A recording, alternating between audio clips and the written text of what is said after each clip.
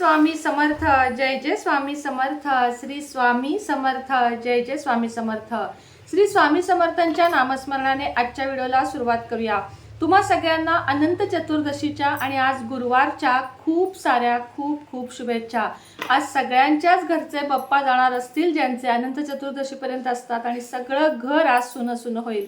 मात्र तेवढ्याच जोमाने आपल्याला आता पुढे भरपूर काही करायचं आहे. पुढच्या वर्षी तर बाप्पा येतीलच, अजून पितृपक्ष आहे, त्यानंतर आपल्याला दसरा, दिवाळी या सगळ्याची तयारी, सेवा करायच्या आहेत आणि त्यासाठी आपल्याला तयार राहायचं आहे. प्रत्येक दिवस सारखा नसतो, मात्र येणारा प्रत्येक दिवस आपल्या आयुष्यात काहीतरी नवीन घेऊन येतो हे नक्कीच आहे. भले ती अडचण असो, दुःख असो, आनंद असो किंवा एखादी छोटीशी गोष्ट असो, मात्र रोजचा दिवस आपल्याला रात्री झोपताना जर विचार केला तर काही ना काही शिकवून जातो. चला आजच्या व्हिडिओला सुरुवात करूया. तर आज आहे अनंत चतुर्दशी आणि आज 3 दिव्यांचे दीपदान तुम्हाला संध्याकाळी करायचं आहे. अतिशय सोपं सुटसुटीत असा छोटासा उपाय आहे आणि त्याचबरोबर ज्यांना जास्त काही जमत नाही त्यांनी आणि ज्यांना जमतं त्यांनीही काही सेवा कराव्यात याचा माहितीपूर्व व्हिडिओ आज आहे, त्यामुळे व्हिडिओ पूर्ण बघा. गरिबी म्हणजे एक श्राप आहे. गरिबीतनं जे माणूस जातं, गरिबीचा अर्थ 2 वेळेस खाऊन पिऊन असणं ह्याला गरिबी म्हणत नाही. मात्र ज्यांना अगदी 2 वेळचं खाण्याचीही भ्रांत आहे किंवा ते खाणं म्हणजे 2 वेळच्या जेवणासाठी दिवस रात्र राबावं लागतं, त्यांनाच माहीत आहे की गरिबी म्हणजे काय. अशाच प्रत्येकाला आपण गरीब म्हणत नाही, मात्र काही गरीब इतके गरीब असतात की त्यांना खरंच मुलांना शिक्षण वगैरे तर लांब राहिलं, मात्र 2 वेळच्या खाण्यासाठी जीवाचा आकांत करावा लागतो. अशी ही आपली गरिबी प्रत्येकाच्या पत्रिकेनुसार, कुंडलीनुसार, ग्रह तारे नक्षत्र यानुसार ती परिस्थिती कमी जास्त होत असते. आपण कधी कधी म्हणतो बघा की काय मला मागचं वर्ष इतकं चांगलं होतं, यावर्षी काय झालं, किंवा गेले 8 वर्ष मी मस्त कमवत होतो, आता कुणाची नजर लागली काय माहिती. तर ते सगळे ग्रह तारे ते बदलण्यासाठीच आपण हे जे उपाय करतो त्या उपायांमुळे या सगळ्याला जोड मिळते. कष्ट तर करायचेच आहेत, मात्र आपण जे काही उपाय करतो, सेवा करतो, यामुळे आपल्याला प्रगती होण्यासाठी मदत होते आणि आपली गरिबी हळूहळू करत दूर होऊन आपणही एक मध्यमवर्गीय आणि श्रीमंतीकडे वळू लागतो. तर काय करायचं आहे बघा. तुम्ही जर आत्तापर्यंत पौर्णिमेला कधीच सत्यनारायण पूजा करत नसाल तर या पौर्णिमेपासून म्हणजे आज संध्याकाळी किंवा उद्या संध्याकाळी, जास्त करून उद्या संध्याकाळी केलेली चांगली, कारण सूर्याने बघितलेली आहे. त्यामुळे आज जमलं आज करा, उद्या जमलं उद्या करा. आज किंवा उद्या संध्याकाळपासून तुम्हाला सत्यनारायण पूजा करायची आहे.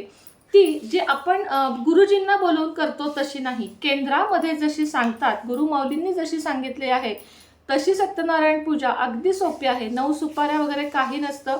एक चौरंग मांडायचा, तुमच्याकडे असतील तर त्याला चारी बाजूला आंब्याचे डहाळे बांधायचे, त्यावर पिवळे किंवा लाल किंवा पांढरे, आता केंद्रामध्ये तर पांढरेच सांगितलेले आहे. मी स्वतः जेव्हा करते, सध्या माझ्याकडून ती सेवा होत नाही, आता मी जेव्हा स्वतःच्या घरात शिफ्ट होणार आहे तेव्हा मी ही सेवा पुन्हा सुरू करणार आहे, तेव्हा तुम्हाला अवश्य दाखवेन. तर चौरंगावर पांढरे वस्त्र घातल्यानंतर तुम्हाला एक गव्हाची रास त्याच्यावर ठेवायची आहे, त्यावर तांब्याचा कलश, त्यामध्ये पाणी, 1 रुपया, दुर्वा, हळदी कुंकू, अक्षता असं तुम्हाला त्या कलशामध्ये घालायचं आहे. कलशावर स्वस्तिक आणि खालून वरती अशा उभ्या 5 किंवा 8 रेषा काढायच्या आहेत. कलशावर तांदळाची प्लेट आणि त्यामध्ये फक्त श्रीकृष्ण तुम्हाला ठेवायचं आहे. समोर तुम्हाला 3 विड्याची पानं, 3 सुपारी ठेवायची आहेत आणि त्यानंतर तुम्हाला सगळ्याची पूजा करून घ्यायची आहे. आता ते सगळं पुस्तकात दिलेलं आहे, त्याला खूप लांब माहिती होईल मी सांगत बसले तर. वरुण देवतेची 1 सुपारी, गणपतीची 1 सुपारी, अशा प्रकारे 3 सुपाऱ्या ठेवायच्या आहेत आणि त्यानंतर प्रत्येक सुपारीला वेगळा थोडं पाण्यानं स्नान घालून प्रत्येक सुपारीला वेगळा नैवेद्य म्हणजे साखरेचा सुद्धा चालतो नैवेद्य दाखवायचा आहे. 1.25 वाटी किंवा 1.25 मूठ रव्याचा प्रसाद म्हणजे शिरा करायचा आहे आणि या शिऱ्यामध्ये थोडंसं केळं घालायचं आहे.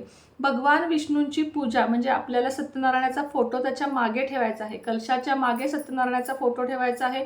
साधी सुधी पूजा करून, कुठलाही देखावा, शो, मांडणी जास्त काही नाही, एवढीच पूजा तुम्हाला करायची आहे. आणि त्यानंतर तुम्हाला 5 अध्याय वाचायचे आहे. सत्यनारायणाच्या पुस्तकातले केंद्रात जे पुस्तक मिळतं त्याच्यातले 5 अध्याय वाचायचे आहेत आणि प्रसाद आणि सत्यनारायणाची आरती करायची आहे. बास, किमान अर्धा ते पाऊण तास खूप होतो.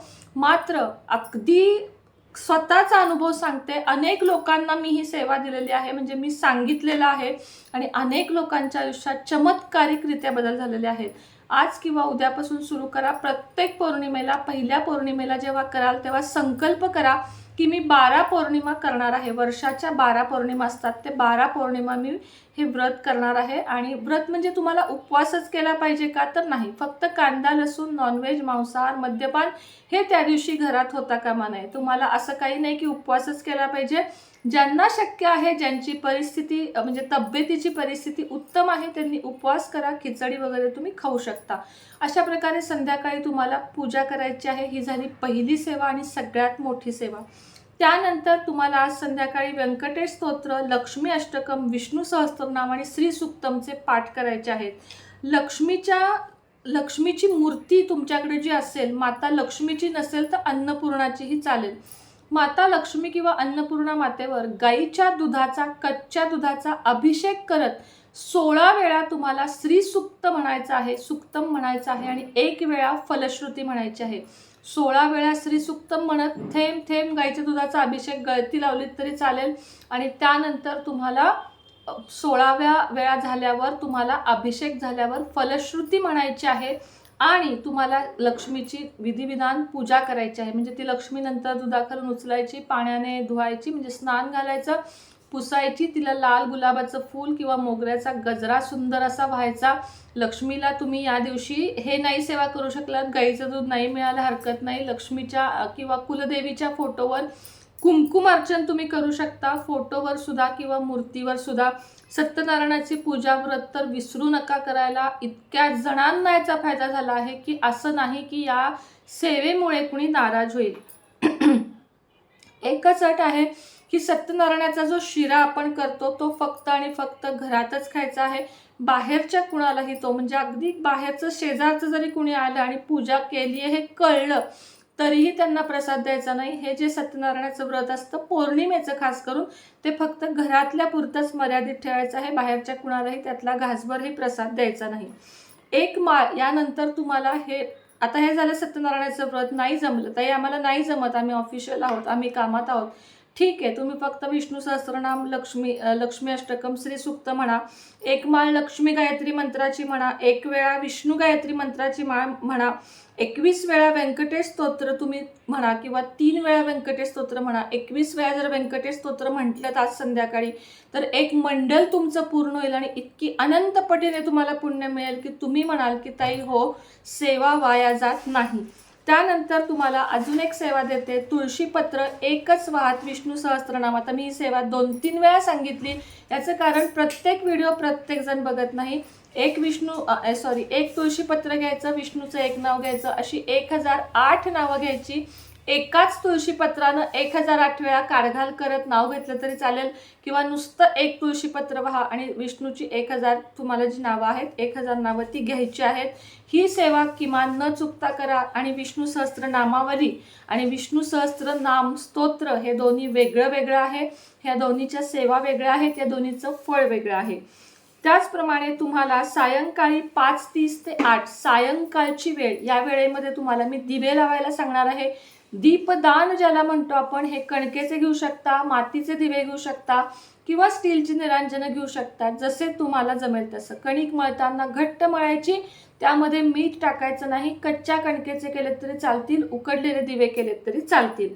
देवघरात 1 दिवा तुम्हाला लावायचा आहे, तुपाचा, आणि अगरबत्ती लावायची आहे. आणि त्यानंतर या सेवा सांगितल्या त्यातली किमान 1, मी तुमच्याकडून फार अपेक्षा नाही करत की तुम्ही एवढ्या सेवा सांगितल्यात ताई आम्ही एवढ्या करायच्या का, तर नाही. यातली किमान 1 सेवा मात्र मनापासून, किमान 1, असं नाही की तुम्हाला 5-6 सेवा करायच्यात. एकच सेवा करा, पण इतकी मनापासून करा की देवाचं आणि तुमचं एक कनेक्शन तयार व्हावं. तुळशीपाशी 2रा दिवा. तुळशीपाशी तुम्हाला 1 दिवा लावायचा आहे. प्रत्येक दिव्याला खाली आसन फुलाच्या पाकळ्यांचं किंवा तांदळाचं द्यायचं आहे.